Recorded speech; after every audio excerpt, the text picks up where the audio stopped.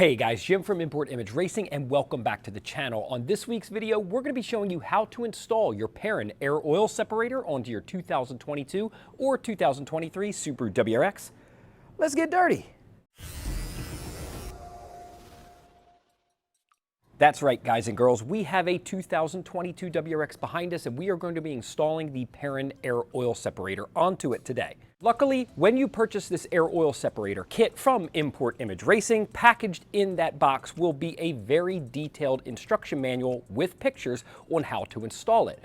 But if you're anything like me, some of you guys are just visual learners. So with that instruction manual, plus this video, you're setting yourself up for success to install your air oil separator. We've got our hoses, our can, plus all our fittings and hardware, so let's get started with the install. Our first step is to inspect and assemble the can. Now at this point there is a choice to make.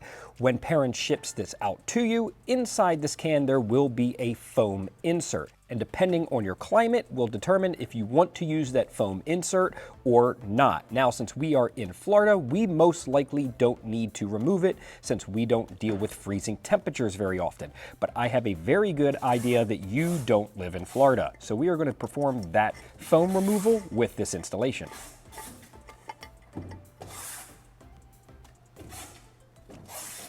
With the foam removed, our next step is to install our fittings onto the bottom of our can. Our two straight fittings we'll install onto the side of the can, while our 90-degree fitting we'll install onto the bottom of the can.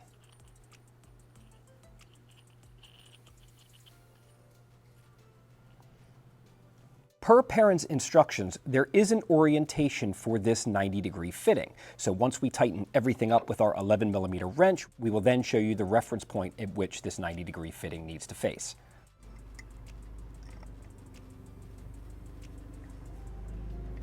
Once the bottom of the can is tight, it should look something like this. For a more detailed photo of the orientation of our three ports onto the bottom of the can, check out Perrin's printed instructions. Now we can move on to installing our top 90s and our plug. Our provided plug will go onto the front facing port, while our two 90s will go one onto the top and one onto the side. You can tighten the side plug with an 8mm Allen wrench, and our two 90-degree fittings with a 19mm wrench. Here we are. We have all of our fittings tight and our can together. Now, full disclosure, in Perrin's instructions, they actually show this port facing this direction. So I am almost 180 degrees out. So what I'm going to do is I'm going to install the can just like this, although our top is 180 out. And we're going to hope that the hosing we have kind of wraps around. And if not, or once it's in the car and I don't have enough hosing, I will kind of reevaluate or see if I do need to properly orient this fitting for it to work with the car. But I've got a good feeling that I'm just going to be able to loop this around and everything is going to work as is. Our next step is to focus on removing our intercooler and charge piping, which is also going to require me removing our air duct. This is done by just removing a handful of plastic clips, some 12mm bolts, and this whole thing will come off the car.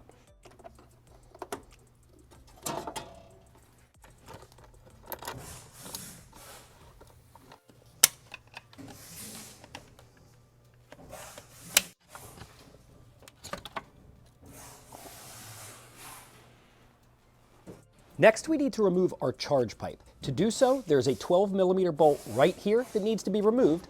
Also, on the turbo outlet, there's a quick release clip very similar to this one up here that needs to be reached down and released in order to remove the charge pipe. We'll show you that once we get it off the car.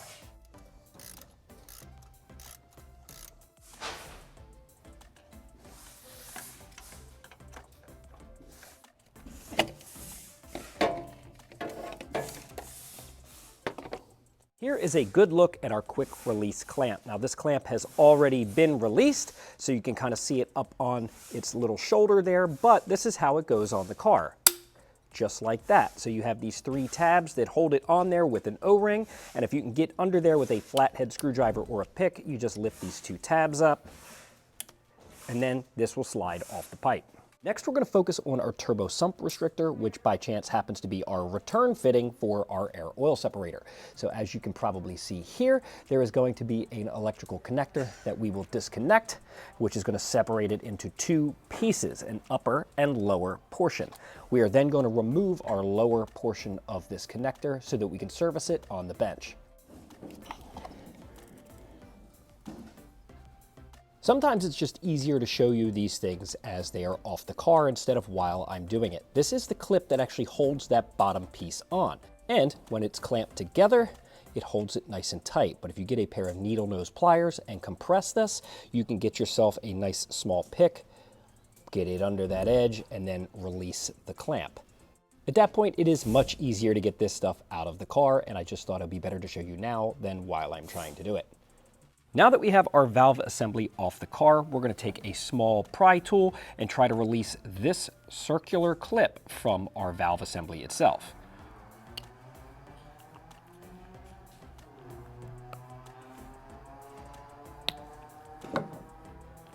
Just like that. Once we get our cap off, if you look down the barrel of this, you're going to see 3 different plastic tongs. And then on our white valve assembly, you'll see 3 notches. You can take a set of pliers or channel locks and then rotate the white valve inside the housing of the black valve until all 3 of those keys line up. Then we can push our white valve out through the back. Just like that. At this point, we're looking for the green O-ring still attached to our white valve. Remove this O-ring. Grab your turbo sump restrictor with the P facing up, and then we will take our plastic body and install it onto our restrictor.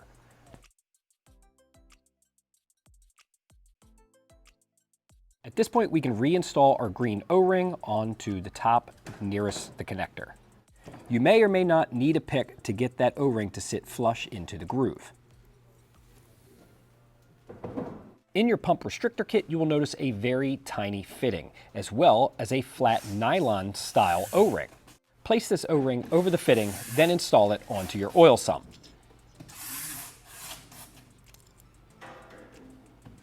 Snug this fitting with an 8mm wrench.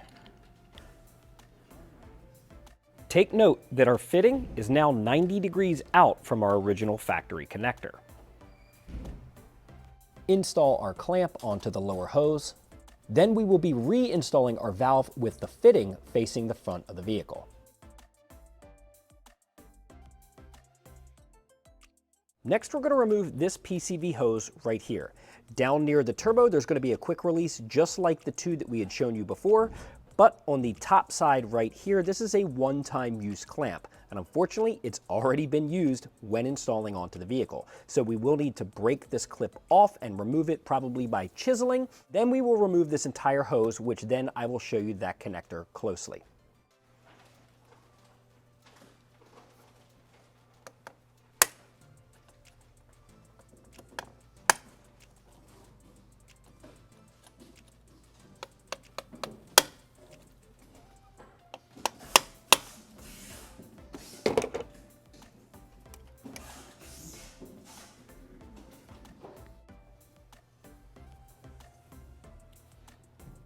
Here is a look at our bottom connector. Like the top, it's just a quick release. And then for our top connector, this is the real culprit right here. As you can see, I had to crack the connector in order to get it off because there is a metal clip in there. But if you look down the barrel, you can also see the O-ring still inside, which we will be reusing on our new part.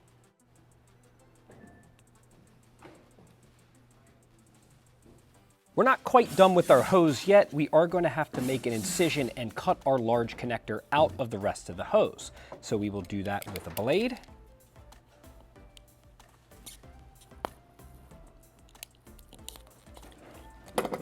Once we peel the foam back, you're going to notice there's a hard plastic pipe underneath. We will do the same to cut into this plastic. Be careful not to cut yourself.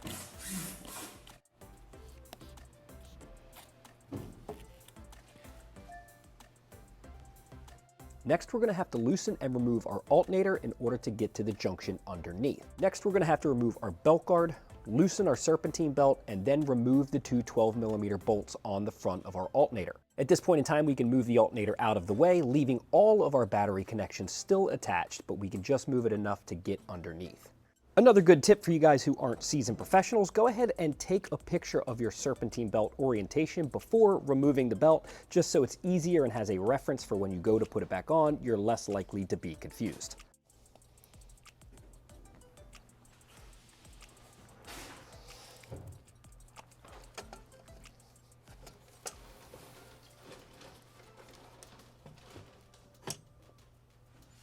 With our one-time use clamp now exposed, we can release our metal clip and then remove the rest of our plastic housing.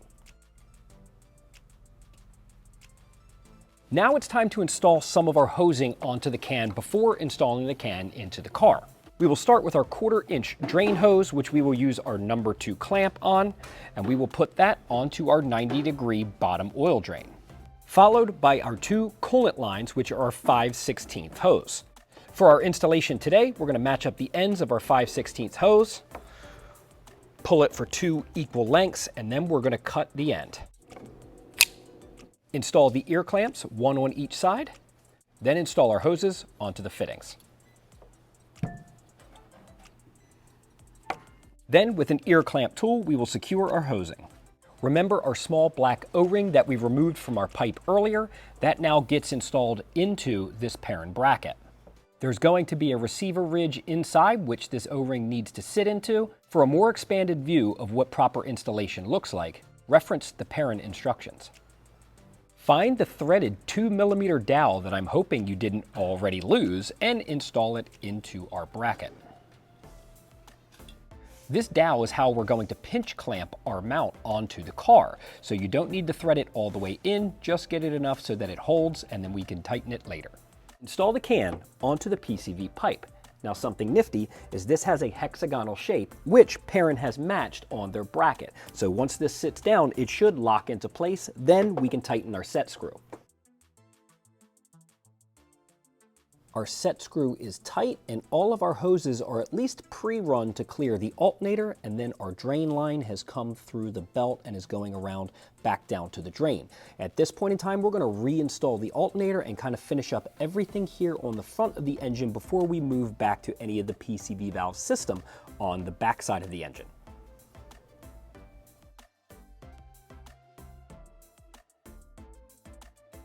Attach your drain line to the turbo sump, then secure the line free of any obstructions. Next, we can loosen and remove the 2 clamps that attach this large hose to our PCV valve on the back of the block. So let's go ahead and do that. Using a 27mm deep socket, remove the PCV valve from the engine block. Perrin provides you with this black fitting that's NPT and is squared off as you can see here. We're going to install this into the top of the block where the PCV valve came out.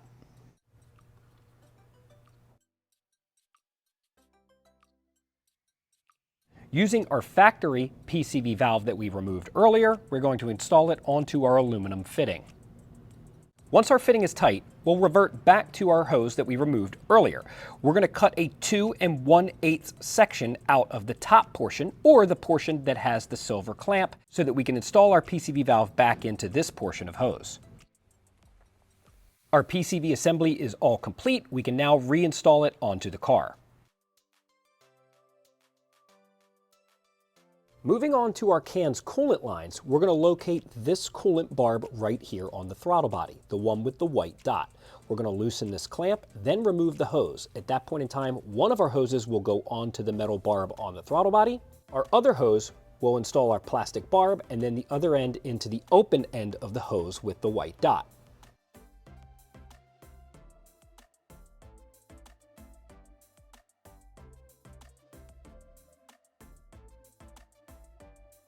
Using our 1/2-inch hose, we're going to connect our side port onto the can to the fitting we installed on the top of the block.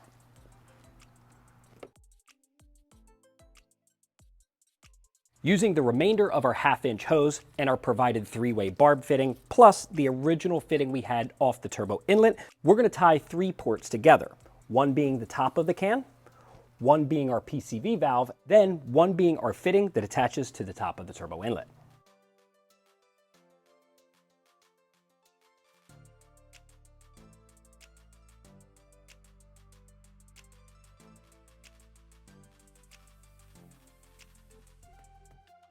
There you have it. Our air oil separator is installed. The last thing we have to do is reinstall our intercooler and charge piping. Because we mess with the coolant system, we are going to go ahead and check for leaks and make sure we can top off if need to. But other than that, I would say this is pretty much done.